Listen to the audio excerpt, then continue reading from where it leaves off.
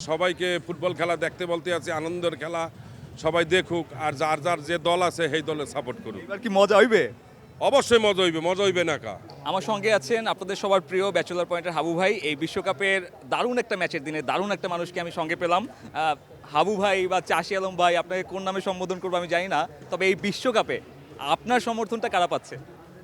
আমার তো সমর্থন, আমার টিম নাই, জার্মানের সাপোর্টার আমি। আর ব্যাচেলর পয়েন্টের আমাদের একটা এপিসোড আসবে, তো ওইখানে আমাকে খেলতে হয়েছে আর্জেন্টিনার সাপোর্টার হয়ে। কারণ 22-এও যখন আমাদের সিজন 4 ছিল তখন আমাদের খেলা নিয়ে একটা এপিসোড করা ছিল, তখন বলতেছিল যে আমার দাদু পাশা হয়, তো বলতেছিল তুই কোন দল করস? তা আমি বলছি আমি কাতার করি। সে কাতার করা যাবে না। আমি বলছি দাদু আমি তো কাতারে চলে যাবো, আমি কাতারের সাপোর্টার। বলতে না আমি আর্জেন্টিনা করি, তুই আর্জেন্টিনা করবি। তো 22-এও আর্জেন্টিনার হয়ে খেলতে হয়েছে আমাকে, 26-এ এসেও আর্জেন্টিনার হয়ে খেলতে হয়েছে, বাট আমি ভিতরে জার্মান সাপোর্টার। জার্মানির পারফরমেন্স তো হয়তো আপনাকে একটু কষ্ট দিছে। হ্যাঁ, কষ্ট তো দিবেই, তারপরেও এখন হার জিত তো আছেই। এখন যেহেতু খেলতে পারে নাই, ভালো খেলে নাই, পরপর 2টা গেমই হারিয়ে গেছে, খুব খারাপ লাগছে। এরপর আসলে আর কোনো দল করতেছি না, কোনো দলের সাপোর্ট করি না আমি। সফট সাইড তো থাকে একটা দলের প্রতি যে একটু ভালো লাগে, সেকেন্ড অপশন হিসেবে কি কাউকে বা এইবার কারা বিশ্বকাপ জিতলে আপনার একটু কষ্ট কম হবে বা মোটামুটি ভালো লাগবে?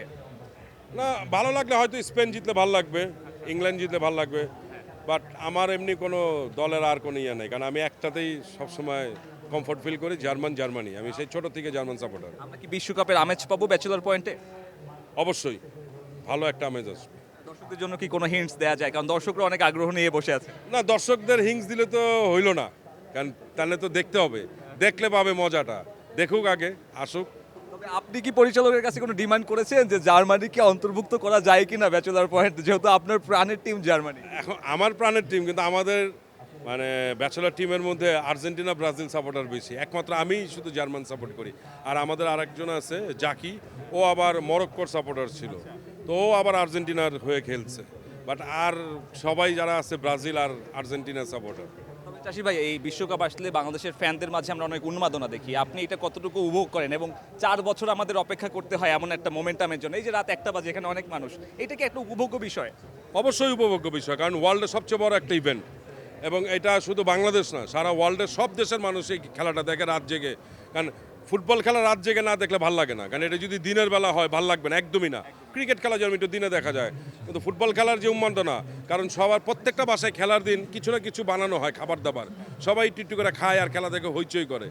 আর ওই যেহেতু এত বড় একটা ইভেন্ট, ওই ইভেন্টকে সামনে রেখে, ওই ইভেন্টকে ঘিরেই আমাদের দেশেও ছোট ছোট ইভেন্ট ম্যানেজমেন্ট যারা আছে, বড়রাও যারা আছে, তারাও এসব আয়োজন করে। যেরকম এই ইভেন্টটা করতেছে ট্রিপল টাইম, যেরকম গত 22-এও করছিল, ওদের ফার্স্ট ছিল ফ্যান ফেস্ট নামে, যেটা এবারে ভলিউম 2 ছিল।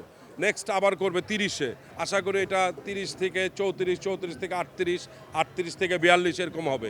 ট্রিপল টাইমের হয়তো সিনিয়র যারা আছে তারা হয়তো বয়স হয়ে যাবে, ওদের পরের জেনারেশনগুলো এটা ধরে রাখবে, এটা আশা করি।